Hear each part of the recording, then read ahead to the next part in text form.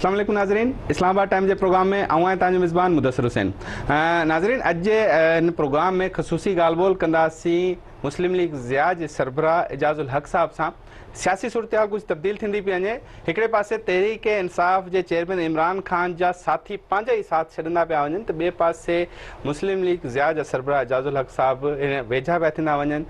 ईंदड़ इलेक्शन में बि इतिहाद जो इम्कान आहे ऐं गॾियल तौर ते कमु कंदा, गॾियल तौर ते इलेक्शन में बि हिसो वठंदा। इन सॼी सियासी सूरत हाल ते बि ॻाल्हि ॿोल कंदासीं, कुझु तारीख़ी पस मंज़र ते बि ॻाल्हि ॿोल कंदासीं ऐं मुस्तक़बिल में सियासत हाणे कहिड़ी तरफ़ वञी रही है इन मामले ते बि ॻाल्हि ॿोल कंदासीं। इजाज़त हक़ साहब, बहुत बहुत शुक्रिया, आपने अपने कीमती वक्त दिया। बहुत शुक्रिया। Thank you sir. इजाज़त साहब, जैसे कि मैं अभी इंट्रो में जिक्र कर रहा था कि इमरान खान साहब को तो अपने ही छोड़ते जा रहे हैं, ये आपने किस तरह फार्मूला अपनाया कि आप उनका साथ दे रहे हैं? फिलहाल तो लोग मिन्नतें कर रहे हैं उनके साथ मिलने के लिए, और अपने छोड़ने का टाइम गुजर चुका है। वो था रजीम चेंज से पहले का।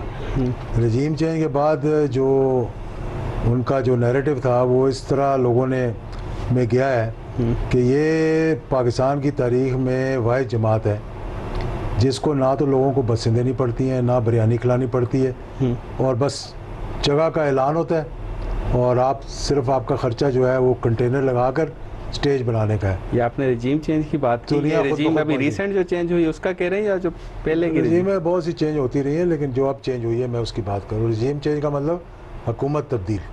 अच्छा, और वो जो इंटरनल रजीम चेंज हुई है, कुछ मामलात हुए आगे पीछे, तो आप भी उसी का हिस्से के तहत साथ देने की यकीन दहानी कराइए या वो पहले ही आप तय कर चुके थे? इंटरनल मुझे क्लियर करें ना बात, अभी जो जैसे कि अभी कहा जाता है कि ये परवेज़ इलाही साहब वज़ीर आला बने पंजाब में हैं और वहाँ पे असर रसूख पंजाब में बना, तो आप उसी के तहत मतलब कि आपने सोचा कि अब पंजाब में बरसर इक़्तिदार है तहरीक इंसाफ और उनके इत्तेहादी, तो आप पार्टी का उसकी सपोर्ट का हिस्सा बने? परवेज़ इलाही तो दूर दूर तक उस वक्त तक वज़ीर आला बनने का सोचा ही नहीं था।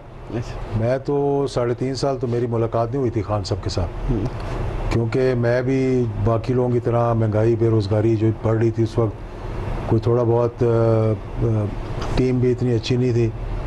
तो जब इस पता लगा कि तब्दीली आ रही है तो उस वक्त भी इतना कोई हमें शौक़ नहीं लगा था, लेकिन जब हमने देखा कि ये तो NRO 2 होने जा रहा है और ये NRO 2 जैसे पहले NRO 1 हुआ था, इसी तरह ये NRO 2 होने जा रहा है, तो फिर खदशा पैदा हुआ कि जो लोग आ रहे हैं और इनको निकाल कर। ये NRO 1 आप कौन सा कह रहे हैं, जो मुशर्रफ वाला या 2013 वाला? मुशर्रफ वाला। 2013 में कोई NRO नहीं हुआ। अच्छा, 2008 कहा जाता था कि नवाज शरीफ साहब को कोई सिलेक्ट करके लेके इमरान खान साहब वो तो मतलब पाकिस्तान की तारीख में सिलेक्शन के बगैर तो अभी तक इलेक्शन हुआ ही नहीं ना। कहीं ना कहीं थोड़ी बहुत सिलेक्शन तो ज़रूर होती है, और एस्टेब्लिशमेंट से लड़कर कोई भी इक़्तिदार में नहीं आ सकता। हर किसी ने कहीं ना कहीं मुज़ामत के बाद मुफाहमत की है। अच्छा, हाँ, तो इमरान खान साहब को आपने मशवरा दिया? कई मरतबा जो है वो कह कर फिर कुछ सालों के लिए बाहर जाकर माफ़ी नामा देकर वापस आना पड़ता है। अभी मशवरा दिया इमरान खान साहब को, तभी वो शायद उनका नहीं, वो तो बात मतलब ये तो हर किसी को पता होना चाहिए, उन्हें भी पता होगी ये बात, क्योंकि बड़े सख्त। मैंने मशवरा ये दिया था कि आप जो बयानात हैं इनको नरम करें, और अफवाज पाकिस्तान ख़ास तौर पर इस मुल्क की जोग्राफियाई सरहदों की मुहाफ़िज़ है और नज़रियाती भी, तो आप मेहरबानी करके इस किस्म की जो आपस में एक किस्म का दूरी हो रही थी इसको कुर्बत में बदलें। तो आपने देखा होगा कि उन्होंने आप अपने आखिरी इलेक्शन में सारा दूध का दूध और पानी का पानी कर दिया, और जो अभी सूरत हाल, अभी जो नरम लहजा गोशा उनके अंदर पैदा हुआ है, वो आप ही की वजह से, आप ही की वजह से। बहुत से लोग होंगे उनके पास बड़े मुशीरान हैं जो उनको बताते होंगे। मैं जब मिलता हूँ तो मैं भी वही बात करता हूँ जो मुल्क के मफाद में होती है। सही। अच्छा, इजाज़त साहब, इमरान खान साहब एक बयानिया बड़ा अभी बोल रहे हैं, जलसों में बोल रहे हैं, अभी शायद ख़त्म हो गया वो, कि ये मुदाखलत है, हम किसी के ग़ुलाम नहीं। तो आप बतौर सियासतदान समझते हैं कि हम कभी ग़ुलाम रहे हैं? हम हमेशा से ग़ुलाम रहे, हम आज़ाद कब हुए?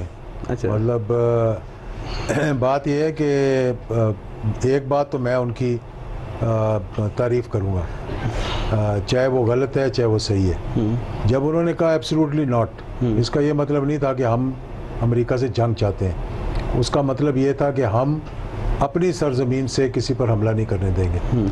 मुशर्रफ साहब को जब यही कहा गया कि we will send you back to the stone ages, हम आपको पत्थरों के ज़माने में भेज देंगे, तो हमने बेसिस देकर 80,000 लोगों की जाने दी। $1.5 अरब हमने इक़्तिसादी तौर पर नुकसान उठाया, और 7,000 जो कि 48, 65 और 71 की जंग में हमारे नौजवान फौजी शहीद नहीं हुए थे, वो सारे शहीद हुए उसके दौरान। मुशर्रफ साहब ने तो कौम से खिताब के वक्त ये भी कहा था ना कि अगर हम अमेरिका की मदद नहीं करते तो भारत करेगा, और भारत फिर हमें किसी तरह का नुकसान पहुंचाएगा। तो उस हालात में तो वो पाकिस्तान का यही तो हमारे कमज़ोरी है।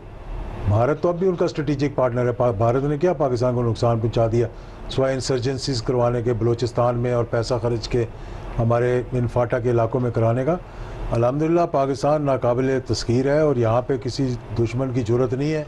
अगर हमारा कौमी यकजहती हो और मुल्क के अंदर अगर इत्तेहाद हो, तो फिर कोई दुश्मन पाकिस्तान को नहीं देख सकता। ये आजकल है 5th जनरेशन वॉर, आपको पता है ना, कि अदारों को मुतनाज़ बना दो।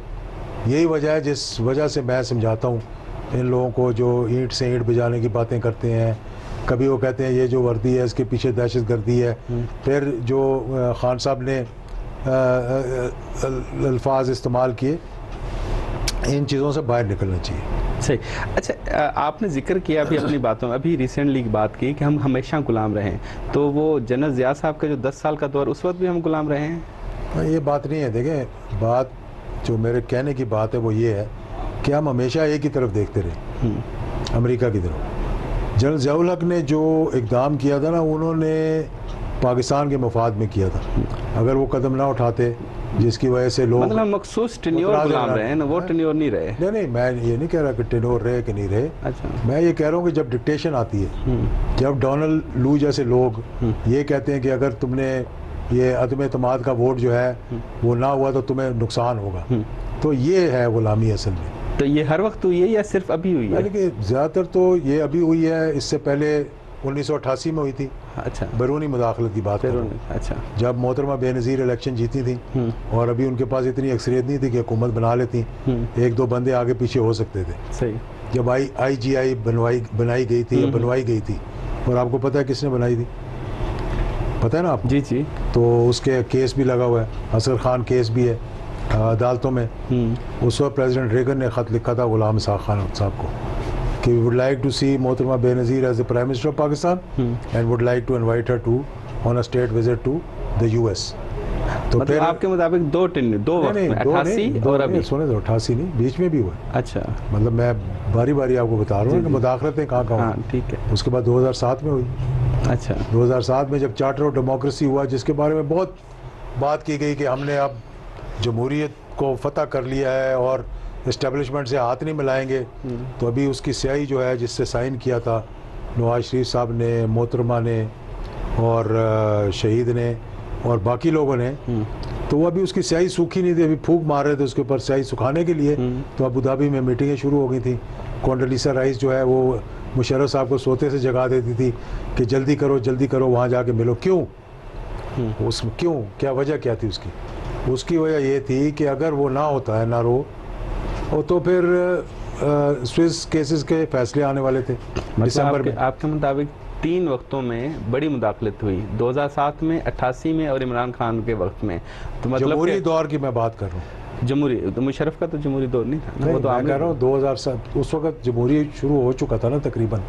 उसमें 2 साल के बाद जाके शुरू हुआ, 1 साल गुजर 2008 में 2002 में इलेक्शन हो गए थे, 2008 में दोबारा इलेक्शन हो गए थे, 2007 में जमहूरी हुकूमत थी उस वक्त, वज़ीर आज़म भी थे हमारे शौकत अजीज़ साहब, वज़ीर आला भी थे जनाब चौधरी परवेज़ इलाही साहब। ये उस वक्त की मैं बात कर रहा हूँ जब नीम जमहूरियत थी, जैसे जुनेजो साहब की 85 में नॉन पार्टी से आए, कवर अप जमहूरियत जिसे हम, जिसको जो मर्जी कह लें आप। जैसा ब्रेक लेंगे, ब्रेक के बाद कंटिन्यू करेंगे इस बात का।